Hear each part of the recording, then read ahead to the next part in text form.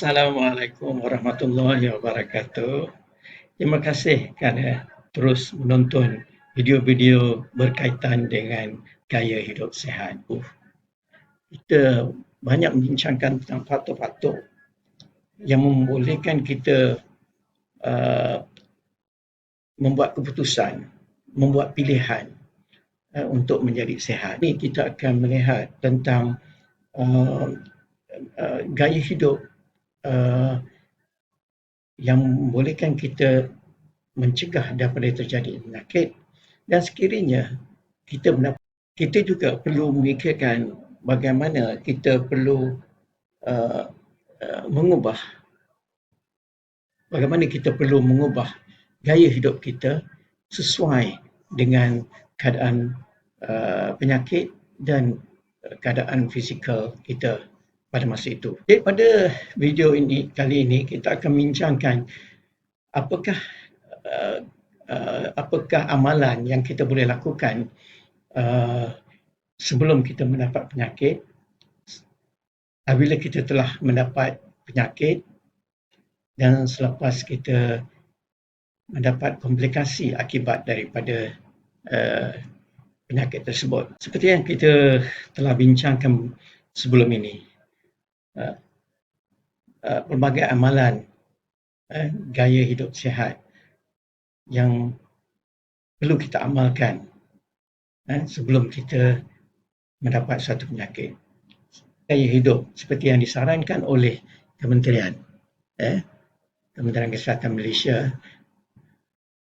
Jadi pada masa kita belum mendapat sakit, maknanya belum ada tanda-tanda dan juga simptom terjadinya penyakit, maka kita eloklah mengamalkan amalan gaya hidup seperti yang disarankan oleh pelbagai pihak termasuk Kementerian Kesihatan Malaysia.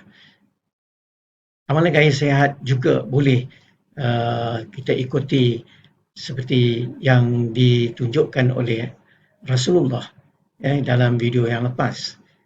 Kita dapati bahawa amalan gaya hidup sihat seperti yang disarankan oleh kementerian juga selari dengan apa yang diamalkan oleh Rasulullah. Seperti kita lihat di sini ialah panduan untuk amalan gaya hidup sebelum kita mendapat suatu penyakit, seperti mendapatkan tidur yang mencukupi. Sekurang-kurangnya kita perlu tidur 6 hingga 8 jam sehari dan juga rehat yang mencukupi. Berpeluang kita juga boleh melakukan tidur sebentar atau nap di siang hari seperti yang dilakukan oleh Rasulullah. Selain daripada itu, kita haruslah pandai menguruskan tekanan, kerana tekanan kehidupan dan tekanan daripada pekerjaan lazimnya menyebabkan tekanan, dan ini perlulah diurus dengan sebaik mungkin. Selain daripada itu, dari segi pengambilan makanan, maka kita perlu mengurangkan pengambilan gula dan kurang pengambilan garam. Perlu mengekalkan hidrasi tubuh dengan selalu meminum air dan tidak menunggu sehingga kita merasa haus untuk minum air. Selain itu, kita untuk membolehkan hubungan baik antara kita dan juga kawan-kawan dan juga masyarakat, maka perlu sering berhubung antara satu sama lain, sama ada melalui media sosial ataupun sebaiknya adalah secara bersemuka. Dan seperti yang kita telah lihat pada video yang lalu tentang pengambilan makanan yang berkhasiat dan seimbang dan mempunyai tabiat makanan yang baik, seperti yang kita lihat sebelum ini. Dan sekiranya kita mengambil alkohol, maka yang mengambil alkohol perlulah menghadkan supaya tidak menyebabkan gangguan mental dan sebagainya. Dan sekiranya kita merokok, baiknya memang tidak merokok. Tapi sekiranya merokok, maka eloklah kita berhenti. Dan ini ada pelbagai cara untuk berhenti yang boleh kita dapatkan nasihat daripada pakar dan sebagainya. Dan seperti juga yang video yang lalu kita nasihatkan supaya melakukan senaman fizikal untuk kecergasan dan sebagainya. Dan ini berlaku sekiranya sebelum kita mendapat sakit. Tapi sekiranya kita telah pun mendapat penyakit, maka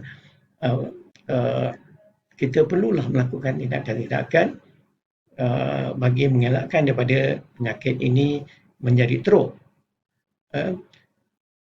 Sekiranya kita mempunyai keluarga yang mempunyai penyakit yang sama seperti penyakit kanser, maka kita perlu merasakan bahawa kita punya risiko yang lebih tinggi daripada orang ramai.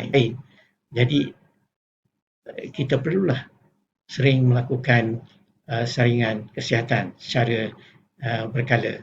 Dan sekiranya kita telah mendapat gejala dan tanda, maka cepat-cepatlah jumpa dengan doktor untuk mengetahui tentang status kesihatan kita, dan eloknya kita membuat saringan kesihatan. Ada saringan kesihatan yang telah pun dianjurkan oleh Kementerian Kesihatan dan Kerajaan dan diberi percuma. Dengan saringan kesihatan ini, mungkin kita dapat mengesan penyakit lebih awal, terutama penyakit kanser, dan boleh dapat rawatan yang segera untuk ia merebak dan juga untuk penyembuhan penyakit. Sekiranya penyakit itu telah disahkan, dibuat diagnosis, kadang-kadang dia memakan masa yang lama, sejak daripada gejala dan tanda, dengan memandangkan bahawa setengah penyakit itu agak mengelirukan. Jadi memerlukan kepakaran untuk mengesahkannya menggunakan alat-alat yang canggih. Dan sekiranya telah diketahui tentang diagnosis penyakit tersebut, maka rawatan yang khusus perlu dilakukan, mengelakkan daripada penyakit itu merebak dan mengelakkan daripada penyakit itu menyebabkan komplikasi yang lebih teruk. Dan sekiranya kita telah pun mengambil ubatan, maka compliance pengambilan ubat sangat-sangat diperlukan.